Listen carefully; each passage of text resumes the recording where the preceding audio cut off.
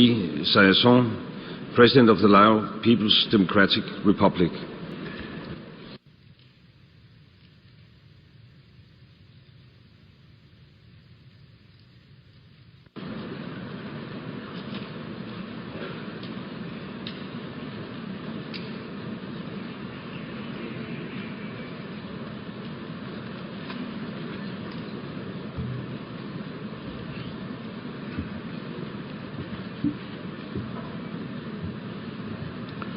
ท่านประธาน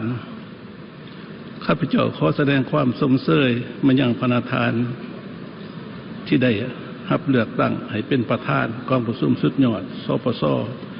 เพื่อรับห้องเอาวาระการพัฒนาหลังปี 2015 ในครั้งนี้และขอแสดงความขอบใจมายังท่านบันกีมูลเลขาธิการใหญ่สปส.ที่ได้ชี้นำพาองค์การสหประชาชาติในการสนับสนุนการร่วมมือทางด้านการพัฒนาอย่างมีประสิทธิผลตลอดมาท่านประธาน15 ปีก่อนนี้บรรดาผู้นำโลกได้พร้อมกันหับห้องเอาแถลงการสหสวัสดิ์และเป้าหมายสหสวัสดิ์ทางด้านการพัฒนา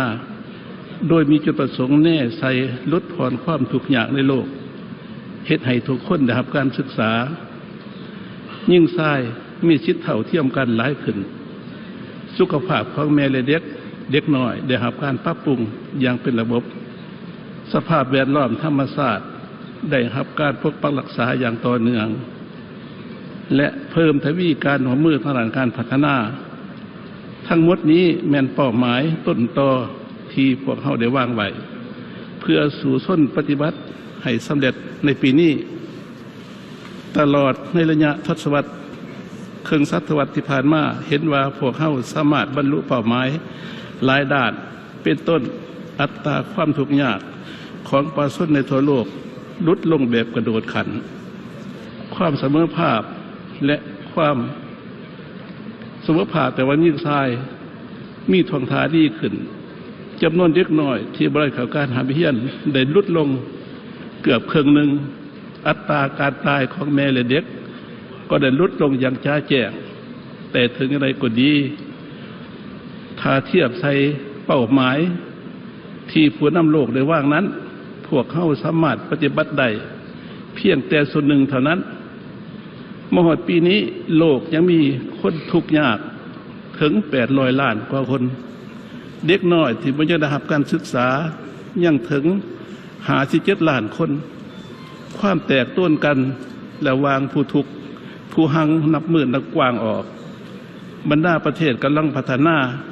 ทีมีทางแห้งซึ่งคาดว่าจะปฏิบัติได้สัมผัสได้รับผลกระทบจากสภาพวิกฤตการณ์ด้านเศรษฐกิจการเงินสภาพความบ่สงบด้านการเมืองเกิดขึ้นอยู่หลายแห่งในโลกยังสืบต่อคุกคามเป็นประจำอันใดเหตุให้ความคืบหน้าในการจัดตั้งปฏิบัติเป้าหมายที่วางไว้นั้นบ่บรรลุได้เท่าที่ควรท่านประธานสำหรับสปป.ลาวแล้วตลอดระยะที่ผ่านมาพวกข้าพเจ้าได้มีความพยายามเสื่อมสารกับเป้าหมายสหสวัสดิ์ด้านการพัฒนาของสากลเข้าในแผนพัฒนาเศรษฐกิจสังคมของชาติโดยเฉพาะในระยะ5 ปีที่ผ่านมานี้สปป.ลาวได้จัดตั้งปฏิบัติแผนพัฒนาเศรษฐกิจสังคม5 ปีครั้งที่ 7 2011-2015 ใกล้จะสำเร็จในนั้นได้ว่าคาดหมายสู่ส้นเล่งใส่เพื่อลดพรความทุกข์ยากของประชาชนซึ่งสามารถลดพรอัตราความทุกข์ยากของประชาชนจาก 18% ในปี 1990 ลงมายังเหลือเพียง 23% ในศกปี 2011-2013 และคาดว่าจะลดลงหลายกว่านั้นตื่มอีกในปี 2015 นี้พร้อมเดียวกันนี้สปป.ลาวก็ได้วางเป้าหมายเพื่อหันประเทศไปสู่การเปิดกว้างการเศรษฐกิจ สร้างความเข้มแข็งให้ภาคเอกชนเฮ็ดให้เศรษฐกิจขยายตัวอย่างต่อเนื่องและมีความสงบหมั่นเที่ยงรักษาอัตราการเติบโตของเศรษฐกิจที่ต่อเนื่องให้อยู่ในระดับ 8% ต่อปี ในของเขตสังคมคะแนนการศึกษาก็ได้รับการปรับปรุงให้ดีขึ้นในนี้อัตราการเข้าเรียนสุทธิของเด็กชั้นประถมบรรลุถึง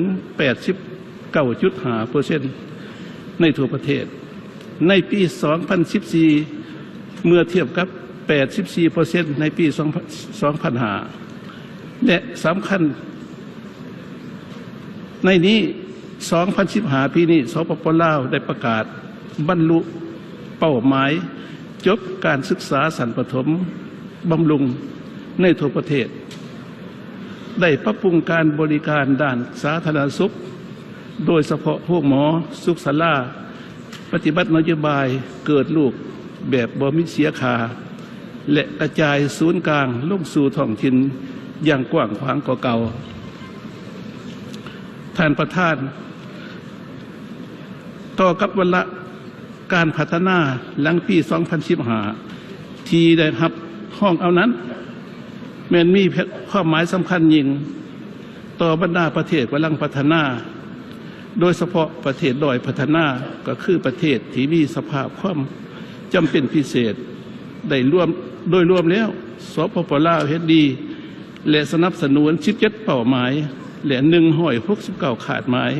ของเป้าหมายการพัฒนาแบบยืดย่องพวกข้าพเจ้า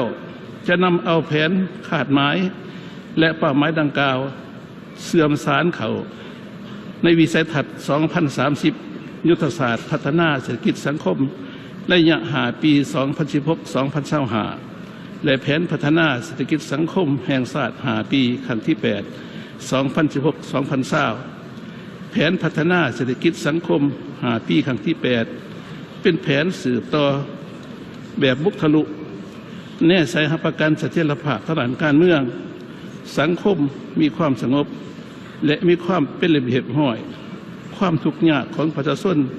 ได้รับการแก้ไขอย่างหนักแน่นและทั่วถึงแน่ใส่นำเอาประเทศชาติให้หลุดพ้นออกจากสถานภาพด้อยพัฒนาในปี 2020 ท่านประธานเพื่อบรรลุเป้าหมายการพัฒนาแบบยืนยงสำหรับปี 2015 นั้นแรงขึ้นและกลไกการจะตั้งปฏิบัติแม้นมีความสำคัญหลายข้าพเจ้าจึงขอเสนอให้วงคณะญาติสากลกำหนดมาตรการกลไกและจัดสรรแรงขึ้นให้แจ้งและเป็นรูปธรรมเพื่อจะตั้งปฏิบัติเป้าหมายของพวกเราให้มีประสิทธิผลสูงขึ้นสุดท้ายนี้ข้าพเจ้าขอแสดงความขอบใจอย่างลึกซึ้งและหูบุญคุณต่อวงคณะญาติสังคมสากล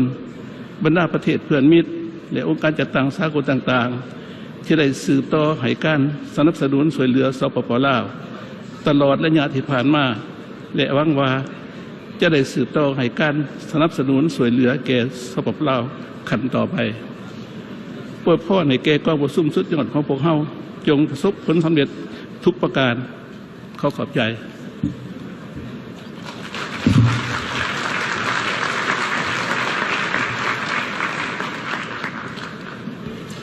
I thank the